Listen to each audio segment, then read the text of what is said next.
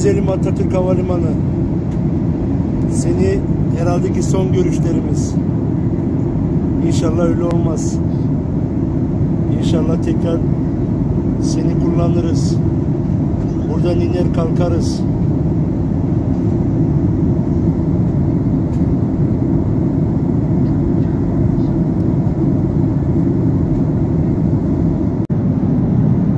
Bursa'nın Timsah Arena Stadyumu.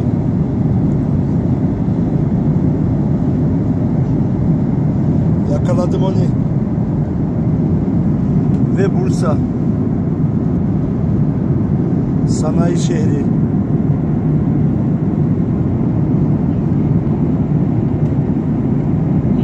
Uludağ.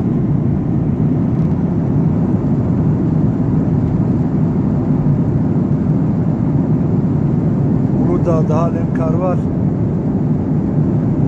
Oteller bölgesi.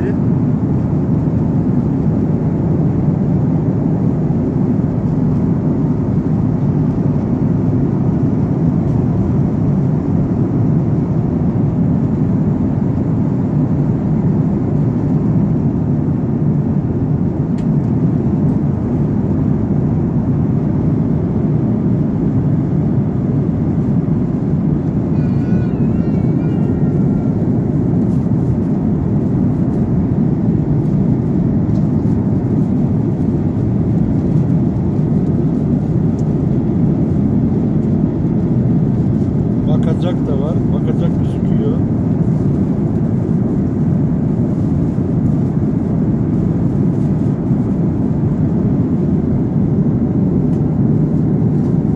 Uludağ'da bayağı yol var yani. Arabayla gitsek gezebiliriz.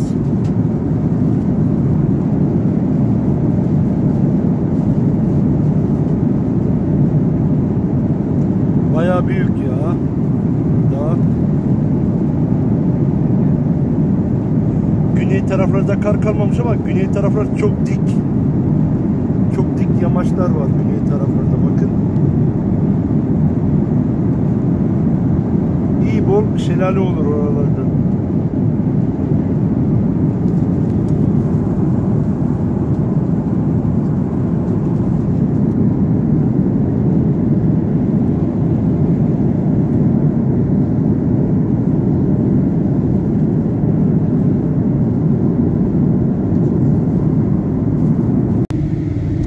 Bu da Antalya'daki dağ.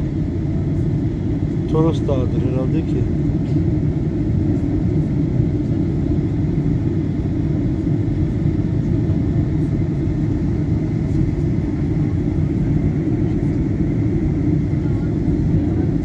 Antalya'ya iniyoruz. Bayağı körfez oluşmuş burada.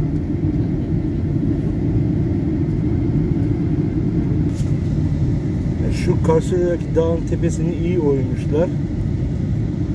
Buraya da ne olmuş? Burada bir maden mi çıkarmışlar? Orman mı yanmış? Herhalde ki burası yanmış. Daha sonra da fidanlama çalışmaları yapılmış herhalde ki.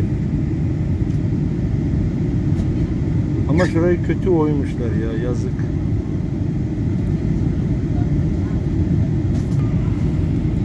Evet ya, yangından yok olmuş belli burası. Kötü. Ama iyileştirilir ya. Kötü yanmış ya.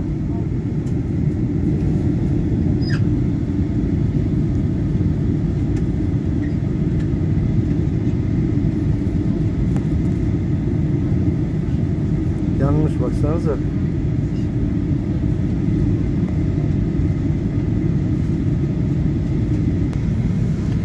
Güzel bir yol. Durmayı beceremezsen hop seranın içine.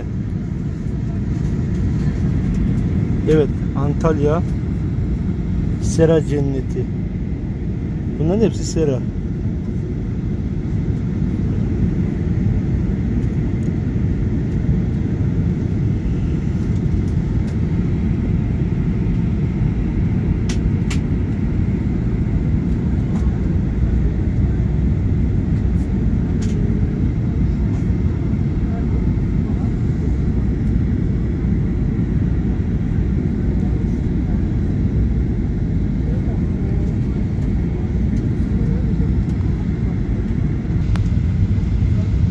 Hepsi sera ya şunların. Maşallah. Bu ne bolluk, bu ne bereket.